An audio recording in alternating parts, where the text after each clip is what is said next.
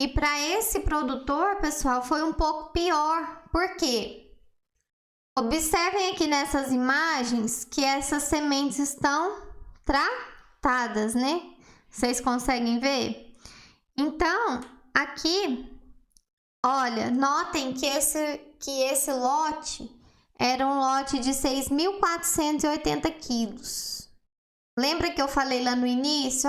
Se no boletim tiver germinação entre a areia, pode ser um indicativo de sementes tratadas? A gente confirmou com as fotos, né?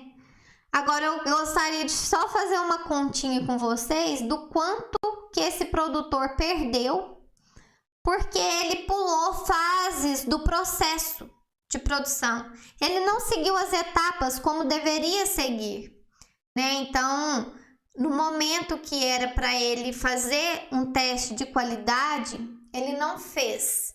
Então, ele perdeu dinheiro com isso. Vamos ver. 680 quilos dividido por 50 quilos, que é o peso de uma saca, né? Vezes R$180, que é o preço da saca em média hoje. Olha aqui, ó. Ele perdeu R$23.200. Por que isso? Uma semente tratada eu não consigo comercializar como grão, eu tenho que destruir. Então, ele literalmente vai ter que destruir 6.480 quilos de sementes, né?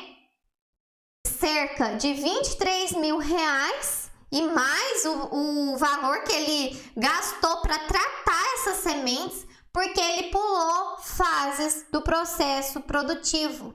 Ou seja, ele deveria ter feito um teste de qualidade antes do tratamento de sementes. Se deu tudo ok, se deu alto vigor, alta viabilidade, eu prossigo com o tratamento. Se não, eu jamais poderia fazer esse tratamento. Vou encaminhar para grão, vou vender como grão, vou ganhar nem que seja o preço como commodity. Vocês percebem que a produção de sementes, eu só vejo vantagens nela, né? Eu sou suspeita para falar porque eu gosto muito, mas eu gostaria que vocês passassem a ter esse olhar também. Pensem comigo, se eu tenho um campo de produção inscrito como sementes, eu tenho a capacidade de fazer 3 safras em apenas uma.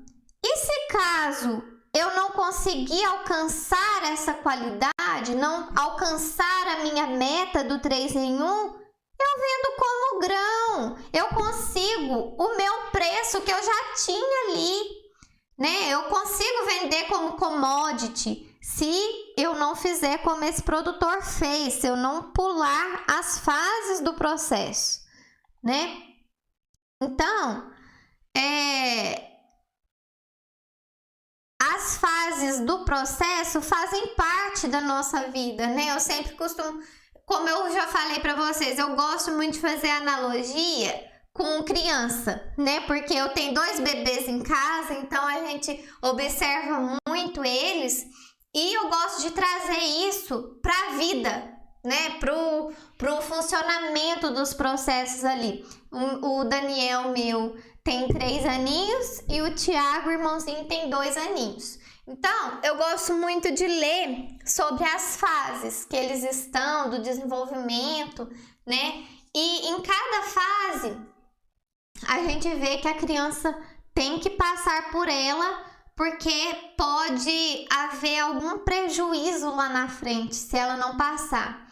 Então, em um desses artigos, né, desses estudos que eu li, tinha um que dizia que se a criança andar primeiro, ao invés de engatinhar, porque assim, a pauta era que alguns pais colocavam as crianças em andador e aí a criança não aprendia a engatinhar e começava a andar logo, né? Em um primeiro momento a gente olha e fala assim, nada de mal, né? Nada de mal, o que tem a criança andar? Até alguns pais acham, inclusive, vantajoso, né? Meu filho andou, nem engatinhou, meu filho já andou direto. Quantas vezes a gente já ouviu mãe falando assim, né? No entanto, esses estudos apresentavam que essas crianças, quando pulavam, né, a fase de engatinhar, elas começavam então a refletir na própria autonomia delas e também na autoconfiança na vida adulta. Então se tornavam adultos sem confiança, adultos que não tinham autonomia para desenvolver as coisas, né? E pular etapas num processo de produção de sementes, no início pode parecer vantajoso, né? Ai, eu já tô tratando as minhas sementes porque a gente fica livre dos fungos de campo ali e eu não vou ter mais interferência desses fungos nas minhas sementes. Só que é um benefício instantâneo.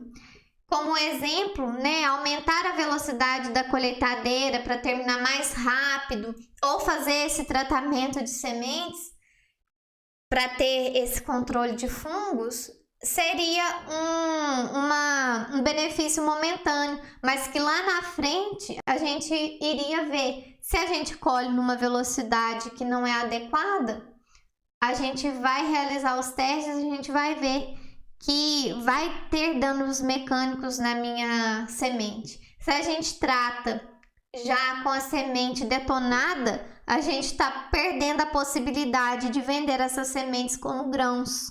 E no caso desse produtor, rasgando R$23 mil, que poderiam inclusive serem aplicados para a implantação de um novo campo de produção. Então vocês conseguem enxergar que é muito ruim, né, a gente pular essas etapas, que a gente vai ter consequências sim, de acordo com os nossos atos, né? Para esse produtor, para as próximas safras, eu deixo o recado para ele realizar o monitoramento tanto da umidade na pré-colheita, que é um ponto, né, que deve se adequar à época de colheita de acordo com a umidade das sementes. Enviar para o laboratório na pré-colheita para tomada de decisão. Eu vou colher esse campo como sementes? Eu vou colher esse campo como grão.